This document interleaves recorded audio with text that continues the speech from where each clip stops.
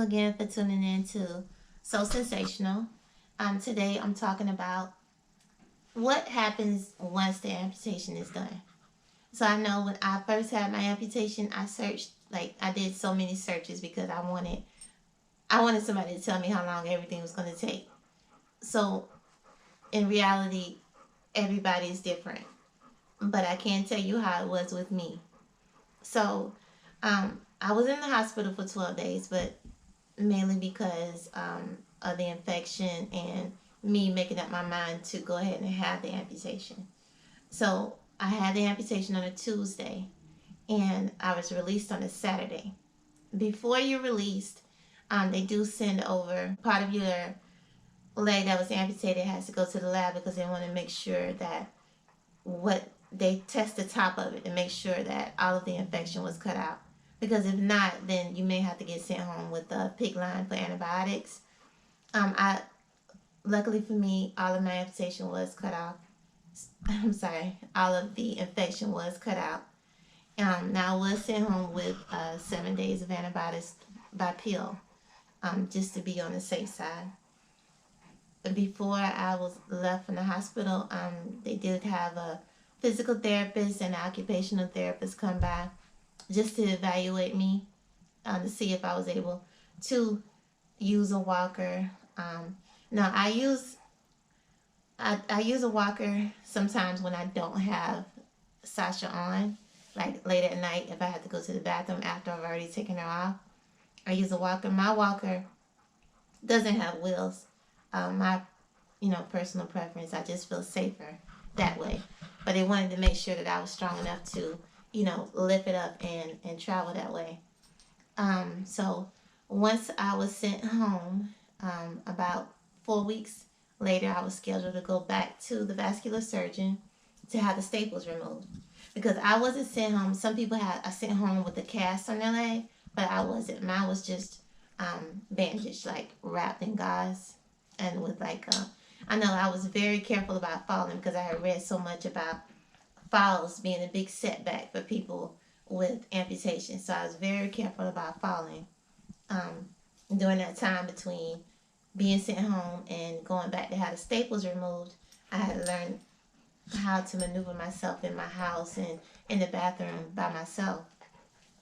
But once I went to get the staples removed, there was a little blister on one end, but Neosporin cleared that up in about a week. Um, and then I received my shrinker from the prosthetic company, which this is the shrinker. I showed you this before. It just helps with the swelling and to shape your residual limb, to give it that shape to be able to be into the socket better. So I got that 3 weeks later, and then I was I was scheduled about 2 weeks later. I went in for my casting for my test socket. So casting is where they make a mold with fiberglass. They make a mold of your residual limb, and I have a part of a video of that happening to me actually that I'm gonna show you. But they do that and they call it a test socket because you come in and you try that on and make sure that there's not any pain and that you can actually walk on it. The company that I use actually doesn't let you go home with the test socket. I actually had to come back 2 weeks later and get my definitive, which is this Sasha. But and so when I got Sasha, I went back a week later just to make sure that everything was okay. Which by then I had developed like a water blister along my suture line. And I used A&D ointment on it, and that actually cleared it up, and there's no sign of it now. So I'm so lucky to actually be all the way healed up. But that was basically that's how it went. I was blessed not to have any complications. Not any further complications, like my blood flow and all of that was good. So I healed very nicely, and now everything is going pretty good so far. So I'm gonna show this video now of me getting casted, and I hope you get something from it. Like I said before, if you're going through this, you're not alone. And I hope that my videos give you some kind of inspiration, because that's all that I'm really looking for. I want others to be aware, and I want those with disabilities to know that there are others out here doing this and making it work. So thank you again for watching, and I want you, please subscribe, like, share, and I'll see you later. Elastic material, and that's to be worn at night or if you don't have your prosthesis on. This one will be put on before you put your prosthesis on always. And the shape of it kind of helps to protect your skin, or I should say the material, because it's cushioned. So the way you put it on is you want to flip it inside out completely. There you go.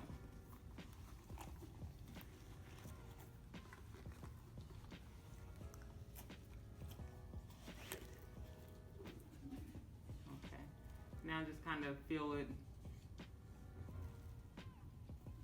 Feel the bottom.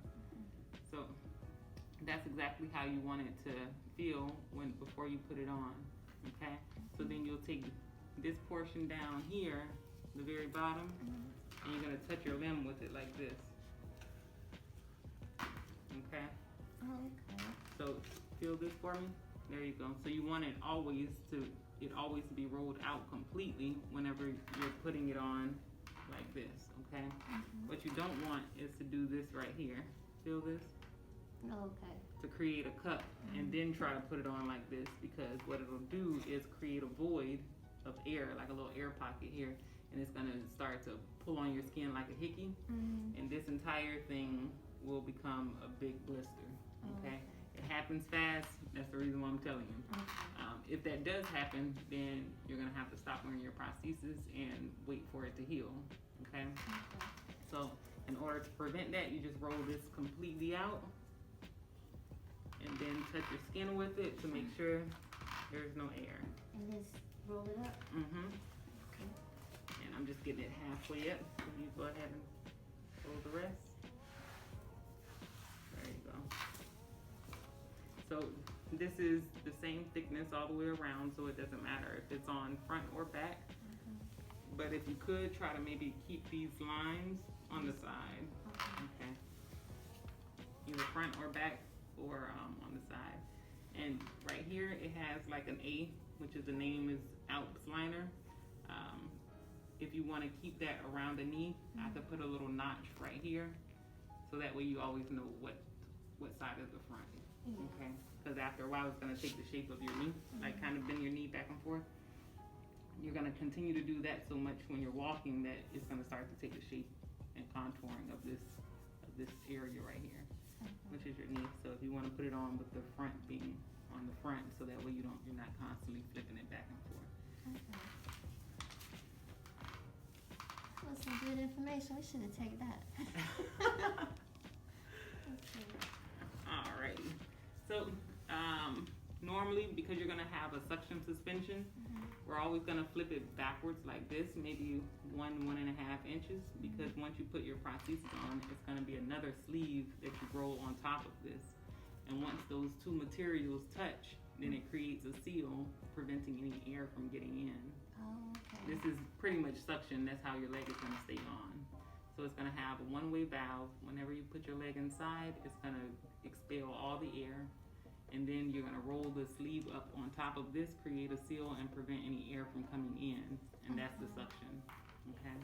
So it's another sleeve like this one? Yeah. Okay. That's gonna be attached to your prosthesis. All right. Any questions so far? No.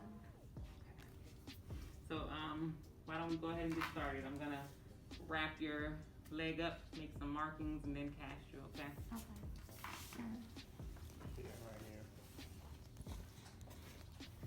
So we talked about the socket management, as you asked. They do come in different thicknesses.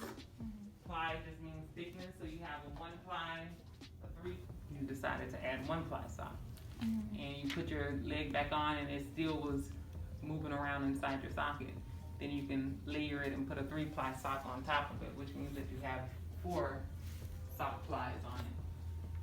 But by the time you get to 6 to 8, then it's time to make a doctor's appointment and go see your doctor and say, hey, I'm wearing this amount of socks. These are the issues that I'm having. I think it's time for a socket replacement. They'll write you a prescription and send you over here. Okay.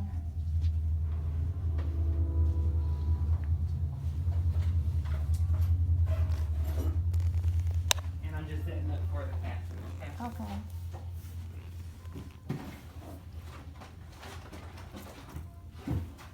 So is everything already here, or do you guys have to order it? We don't order until check socket fits Okay. well. That way we don't order a bunch of inventory Yeah. all at one time.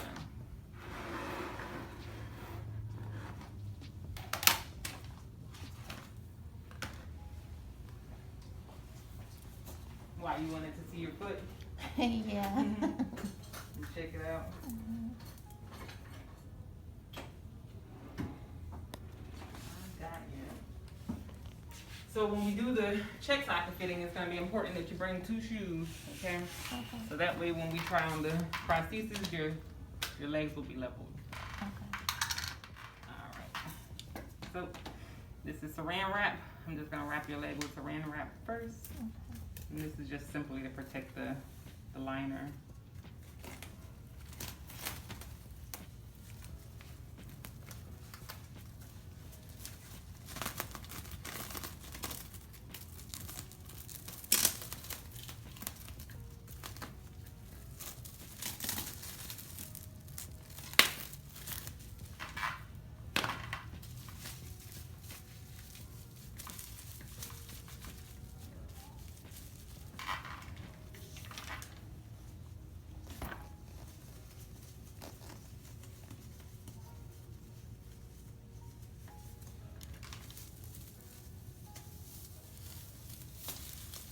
This is a little stockinette nylon, Okay. really thin.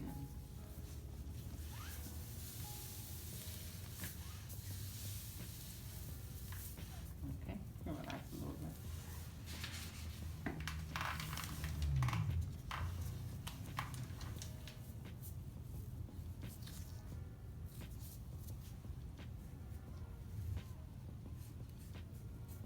And what are you doing here? I'm just doing some, drawing some landmarks. So I just circled your kneecap because those are areas that we don't want to put any pressure on, like little bony areas, like for instance the head of your fibula. You also have a nerve that wraps around the head of the fibula Mm-hmm. that we want to make sure we don't put too much pressure on.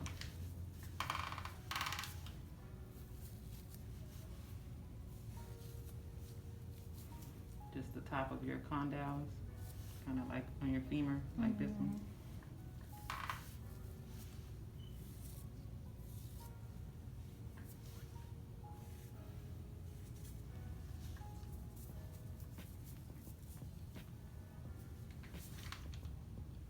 The distal end of your tibia bone, just to make sure we don't put too much pressure right here. And as your limb starts to shrink, get smaller, this area will become more prominent. This is a lot of issues, this causes a lot of issues for most amputees.